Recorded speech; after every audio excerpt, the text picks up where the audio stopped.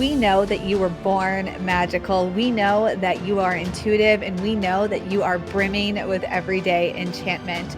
Here at the Sisters Enchanted, we believe in intention, we believe in intuition, and we believe in everyday magic.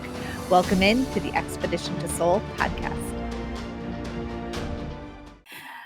Hello, everybody, and welcome to this episode of the Expedition to Soul podcast. This is our Friday edition, which is our astrology week ahead forecast. I'm Anna, co-founder of the Sisters Enchanted, and you by now know Sarah. She's over here, actually, in my recording.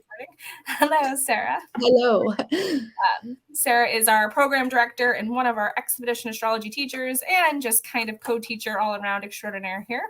And this is another astro forecast where we just tell you about the week ahead and give you some tips to conquer the week and pull some cards to help you along your way. So Sarah, go for it. So we talked about the sun going into Aries last week. We're in Aries season. So we have our new moon in Aries this week. So you know that where the sun, the new moon is always in the place of the sun. And so we have a new moon in Aries. So this is a really good, if you started thinking about how you're going to use that Aries activity last week, this is the time to really set that intention, set that clear intention, and to get moving with it this week. And this new moon in Aries is conjunct with Mercury. So you've got Mercury and all the logical thinking and communication is also kind of conjunct with the moon. Close to the sun, and Mercury is fresh in Aries this week. So you might have been feeling a little bit foggy and feel like your thoughts were a bit foggy, and you may have had some lack of clarity in your thinking and lack of clarity in communication when Mercury was in Pisces. So now we've got Mercury in Aries, so you've got this clarity and this kind of go get it kind of energy in your mind as well. That's so lots of so that sun, moon, Mercury in Aries, that's real.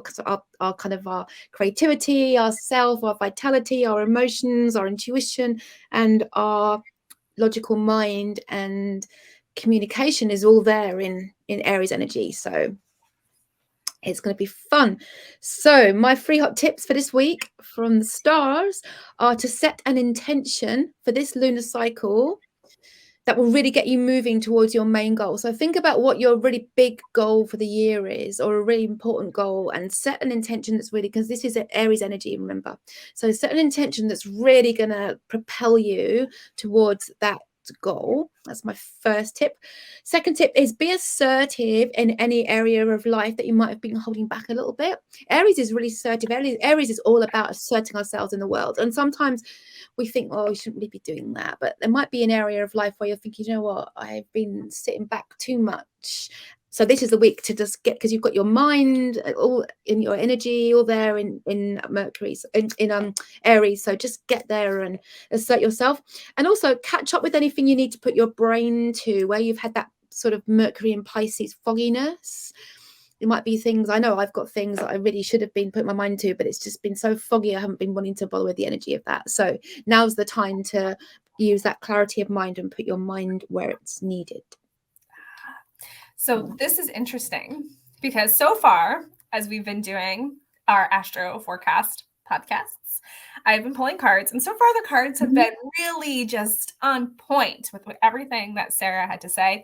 Today, not so much. It could be because we're using the Carnival at the End of the World tarot, and this is a very this is some usually some sarcasm. There's some artistic nudity in one of these cards, so I'm gonna try not to artistically show off all of that. But anyways, it's the Ace of Cups, which is this adorable little fish holding this little teacup that's full of growth, and there are bees and butterflies, which are some of our happy little pollinators happening. That was my Bob Ross moment. Happy little pollinators here, and the lovers. So, which I think is really interesting because we're talking about how Mercury was in Pisces. Which to me would feel very like Ace of Cups, very kind of like wishy-washy and romantic in thought, and in conversation, because Pisces might sometimes not quite emotionally state what they mean, but maybe or overstate. But that the fact that we've got these flowers and these bees and these butterflies, and now that we're kind of looking into like pollinating, does give you that idea of actually now taking that communication, that movement that wasn't happening, and now actually like applying something to make it happen.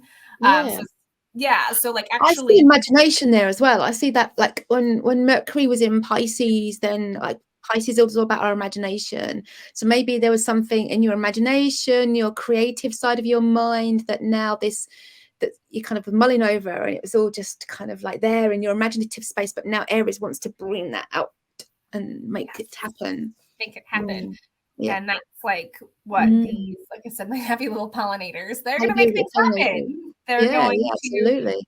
Yeah. And especially if we give them the opportunity to thrive. So if you give, you know, your thoughts something to thrive on, something to feed on, and really get it out there. And then with the lovers gets that kind of idea that it is about relationships and things, but it's not always. And I really like that we do have this, this Mercury energy, which is very Gemini-esque in energy. And that in this Lovers card, it does appear to be, you know, obviously two people, but they look very similar. They almost look kind of twinsy. And that, you know, really putting in something into motion, growing something, your imagination, your communication, whatever it might be, into something that really serves your highest good and best qualities for yourself, because the lovers are sometimes coming together into something, into a relationship, into a pairing. And it could be with setting intentions, really joining together in a pairing of something that you intend to do that's really important for you, like really something you need to step in and do, and taking this lovers moment to grab whatever it is that you intend to do, what you really want to do, and making it happen. We talked about last week about how a lot of times we set intentions at the beginning of the year in the winter time, which is hard because that's like hibernation time. You know, nobody wants to put on their sneakers and go running in January. Nobody wants, you know, that your body wants to rest and hibernate and warm up. And that now is a time to really step into action with something that makes you feel whole, like the lovers. Pollinate it, grow it, and make it into something beautiful and into something that serves your highest good, that is a pairing that serves you the best that it can during this springtime, during this motion, this movement. Yeah, I like it.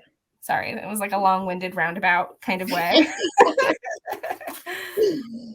But that's what it feels like to me. It doesn't feel lovers and Ace of Cups like you're going to have a new relationship and it's going to be great, or, you know, or a new really emotional, fulfilling career. It doesn't feel like that to me. It feels more like stepping into a purpose.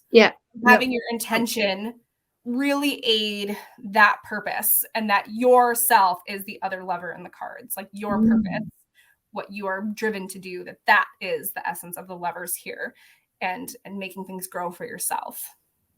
I love it. So that's my long-winded tarot reading for this week. Brilliant. So any last thoughts for this week, Sarah? Yeah, be assertive where you need to be, and be assertive with your mind. You know, let the clarity, like be assertive with the clarity of mind that you've gained on situations. If you've gained some clarity of mind in a certain area of life, then be assertive with that clarity. You know, go with it. So. Yeah, just like you would be if you were stepping into a new relationship and you really wanted it to work. You might be assertive and say, I want this to work. Be assertive with your intentions and your goals. Absolutely, yeah. Go for it. Set out to get what you want. Yes, what you want. Yeah. So I think that's pretty much it for this week. Again, thank you for joining us on this episode of the Expedition to Soul podcast. And we will see you next week. Yes. Bye, Sarah.